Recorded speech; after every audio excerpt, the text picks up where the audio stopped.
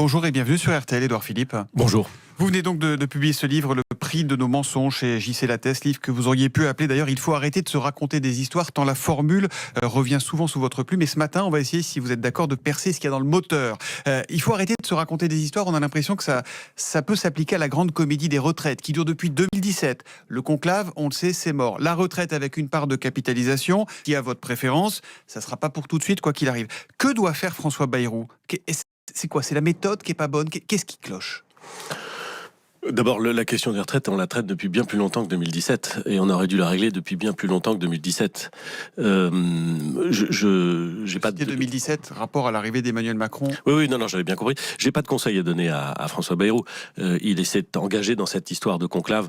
Pourquoi pas ? Ce que je redoute, c'est que ce conclave, il avait pour objectif de rendre acceptable une réforme qui a déjà été votée et qui, elle-même, celle qui porte progressivement l'âge de départ à 64 ans, ne règle pas au fond, la totalité de la question pour les 20 ans qui viennent. Bon, le conclave n'a pas donné d'accord. Je ne sais pas si François Bayrou, en recevant chacun des responsables, réussira à avoir un élément sur lequel il pourrait avancer. Je n'en sais rien. Vous y croyez. Mais je suis pas totalement optimiste. Mais surtout, je pense qu'on n'arrivera à rien si on se raconte des histoires. Et ce que disait François Langlais juste auparavant est parfaitement exact. Imaginez qu'on puisse conserver le même niveau de prospérité en travaillant globalement sur une vie plutôt moins que nos voisins et nos voisins proches. Les Allemands, les Anglais, même les Italiens, c'est se raconter des histoires.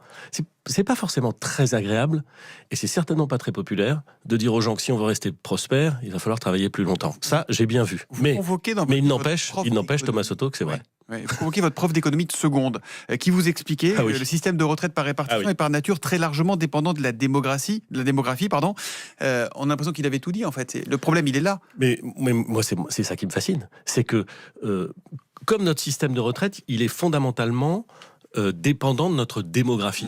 Et que la démographie, c'est une de ces rares sciences sociales qui permet de voir à peu près ce qui va se passer. Pas complètement, mais à peu près ce qui va se passer.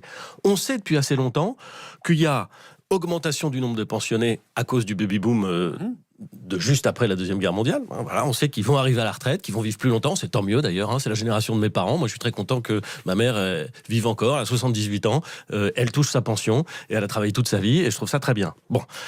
Mais il y a de moins en moins de gens qui financent la retraite, de plus en plus de gens qui sont à la retraite. Et donc, c'est de plus en plus difficile pour ceux qui payent les pensions, c'est-à-dire, pour le dire autrement, de façon un peu techno, que le poids de notre protection sociale, il pèse majoritairement sur le travail. Et ça a des conséquences qui sont violentes et brutales pour l'économie française. Vous comment votre prof d'économie de seconde ? Mais j'ai oublié son nom. Quand j'ai écrit, je me souviens de sa tête. Oui, je me souviens de sa tête. Il ressemblait un peu à l'acteur Rufus.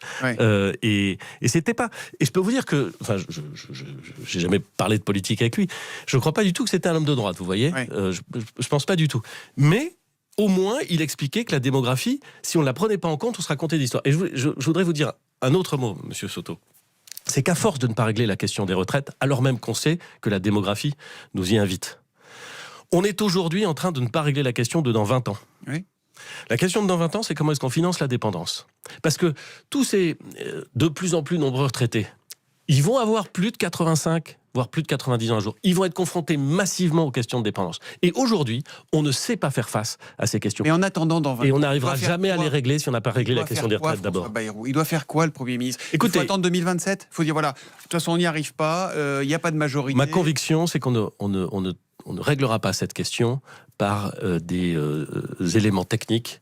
On la réglera par un vrai débat politique consistant à dire qu'est-ce qu'on veut pour notre pays. Et ce moment-là, c'est plutôt le moment de la présidentielle, c'est vrai. Là, on va avoir le cirque habituel, même si tout ça est tout à fait légal. Motion de censure des socialistes qui va être discutée, votée. Bayrou tombera peut-être pas. Et puis on va perdre du temps. Et puis certains vont dire que le Premier ministre joue la montre. Est-ce qu'il n'est pas temps de rendre la parole aux Français maintenant ? Là, pas par une dissolution. Vous parlez d'une funeste initiative. Donc j'imagine que vous en voulez pas une deuxième de dissolution. Je pense que, je vais vous dire, j'ai vu 2 dissolutions à froid dans ma vie. Chirac et Macron. Celle de 1997 et celle de 2024. Elles ont toutes les deux été de mauvaises idées. Voilà. Alors, et est-ce donc, qu'il faut je ne pense avancer pas la qu'il faille présidentielle recommencer. Est-ce qu'il faut avancer la présidentielle? Est-ce que l'urgence Mais du non, pays le commande mandat ça présidentiel, il va jusqu'en 27. L'idée, c'est pas d'avancer la présidentielle.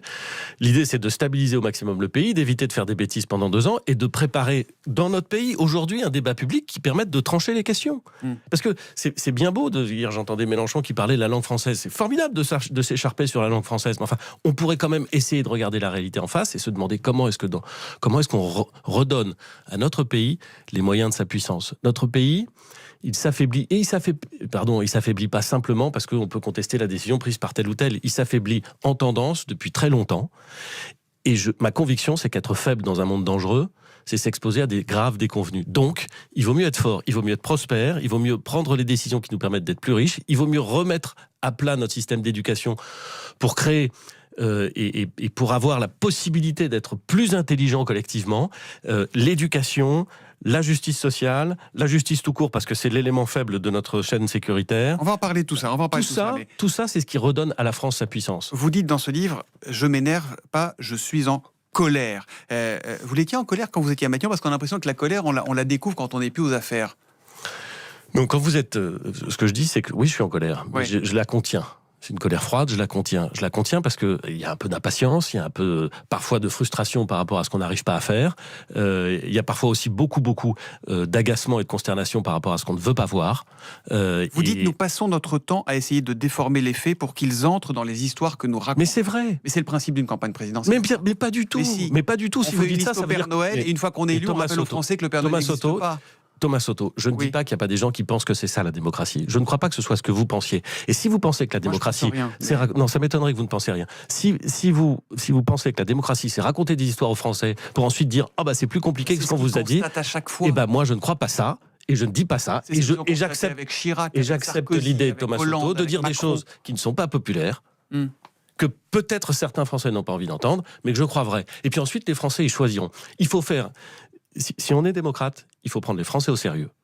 Et il faut leur dire les choses telles que vous les voyez. Alors, et ensuite, c'est eux qui choisissent. Des paroles et des actes, Édouard Philippe. Nous sommes fièrement attachés à notre semaine de 35 heures, à nos jours fériés et au rêve d'une retraite pas trop tardive. C'est vous qui l'écrivez dans le prix de nos mensonges. Les 35 heures, en parler, les critiquer souvent, les abroger jamais. Si vous devenez président de la République, est-ce que vous abrogerez les 35 heures ? Je ferai en sorte qu'on travaille plus longtemps. Est-ce que vous abrogerez les 35 heures ? Je ferai en sorte qu'on travaille plus longtemps. Donc, oui. Plus longtemps dans la semaine, plus longtemps dans l'année et peut-être plus longtemps dans la vie, oui. Donc la réponse est oui. Ouais. Mais je suis pas sûr, je vais vous dire, je suis pas sûr que c'était une très mauvaise idée les 35 heures, mais je suis pas sûr que réintroduire les 39 heures serait une meilleure idée. Je pense qu'il faut laisser de la liberté aux Français. Dès lors qu'on leur dit, il va falloir travailler plus longtemps. Dès lors qu'on leur dit, il va falloir travailler plus nombreux. Dès lors qu'on leur dit qu'il va falloir travailler plus et qu'en travaillant plus, pour le coup, on va pouvoir régler un certain nombre de problèmes et donc, d'une certaine façon, gagner mieux sa vie. Eh ben, il faut leur laisser le soin de s'organiser pour ça. Il peut y avoir des accords dans les entreprises où on travaille plus longtemps, il y en a déjà. Il peut y avoir des âges de la vie où on a envie de travailler plus longtemps. Moi, j'ai toujours été frappé par ça. Et d'ailleurs, je vais vous dire, il y a des âges dans la vie dans lesquels on travaille plus que d'autres. Moi, quand j'avais 30 ans, j'étais célibataire, je pouvais travailler. C'est ce que vous disiez précédemment. Beaucoup. On peut, en fonction de l'âge, aussi adapter la durée de travail. Mais bien sûr, il y a 1000 solutions. Et encore une fois, Thomas Soto, je ne suis pas en train de vous parler d'un truc qui serait incroyable. On serait les seuls en France à se poser cette question. Dans tous les pays d'Europe, extrêmement attachés à leur modèle social, extrêmement attachés à la solidarité, extrêmement attachés à la défense des salariés. Donc on doit travailler plus et plus longtemps. Avec Édouard Philippe, on travaille plus et plus longtemps. Et on gagne plus. Et on gagne plus. Et on rend la France plus prospère. Et on rend la France plus prospère, donc plus sûre. Et on rend la France plus puissante. Et on prépare l'avenir pour nos enfants. C'est pas une question de travailler plus parce que j'ai envie de jouer le père Fouettard en disant aux gens travaillez plus. J'ai envie de faire en sorte que notre pays soit puissant. Je le vois de moins en moins puissant. Ça me terrifie. Et donc je dis si on veut être plus puissant, on a à régler quelques problèmes, pas 60. Quelques problèmes, et ensuite on peut avancer. Parce que les Français, ils ont de la ressource. Ils ont une capacité, lorsqu'on leur laisse la marge de manœuvre, à avancer très vite. Et de se dire, ce monsieur-là a été le premier Premier ministre d'Emmanuel Macron. Oui, ça fait 8 ans qu'Emmanuel Macron est au pouvoir, et il fait ce constat quasi apocalyptique. Vous comprenez que ça trompe. Je ne fais pas un constat apocalyptique. Ça va pas bien. Pourquoi vous pensez que ça va bien ? Vous pensez qu'il y a un Français qui nous écoute qui se dit... Rebondir sur ce que vous dites. Je crois pas. Ouais. Je pense que tout le monde voit ce que je suis en train de dire. Bon, moi j'ai été Premier ministre pendant 3 ans. J'ai pas été Premier ministre en me tournant les pouces. J'ai été Premier ministre pendant 3 ans en faisant une politique de l'offre, en essayant de faire en sorte que les entreprises puissent fonctionner mieux, en faisant en sorte que le chômage puisse baisser, et il a baissé, en réduisant le déficit, en faisant en sorte que l'apprentissage puisse fonctionner mieux pour qu'on ait une génération qui accède plus facilement à l'emploi, et ça a fonctionné. Je ne dis pas que j'ai bien tout fait, enfin, je ne me suis pas tourné les pouces pendant 3 ans. Hein, en augmentant considérablement les dépenses de défense, alors même, Monsieur Soto, qu'en 2017, les gens me disaient « Vraiment, dépenser autant pour la défense, est-ce bien sérieux ?» Bon, justement. je ne vais pas m'excuser de ça. Simplement, ce qui est vrai, c'est qu'il y a énormément de choses à faire, peut-être à faire différemment de ce que j'ai fait, mais à faire si on a envie de faire avancer le pays. Je voudrais qu'on se dise quelques mots de la situation internationale, puisque vous parlez de la défense dans ce monde évidemment dangereux. On a l'impression que la France s'écoute beaucoup parler, mais qu'elle n'est pas très entendue, que ce soit sur Israël, sur la situation en Iran, qu'elle n'est pas dans le match. Vous dites, nous n'avons ça n'est pas faux. Aucun traitement de faveur à espérer des États-Unis. Nous devons apprendre à faire sans eux, peut-être même parfois contre eux. On est dans une espèce de niaiserie romantique là, avec les États-Unis, avec notre supposée puissance. Je vais citer une autre phrase. C'est une blague en Allemagne qu'on vous a raconté, qui vous fait pas marrer, et quelqu'un qui vous dit « Pour devenir riche, il faut acheter un Français ce qu'il vaut et le vendre à ce qu'il prétend être. » Oui, c'est une vieille blague allemande qui m'a jamais fait rire. Mais est-ce que notre arrogance est en train de nous tuer ? Qui dit beaucoup de choses sur la façon dont les Français sont vus à l'étranger, y compris en Allemagne, où pourtant la population est plutôt francophile. Et de fait, nous nous racontons des histoires, y compris dans notre système de relations internationales. On pèse plus, si ? On pèse encore ? On a encore de l'influence. Attendez, la France reste une puissance nucléaire, reste une puissance prospère, même si à mon avis elle pourrait l'être plus.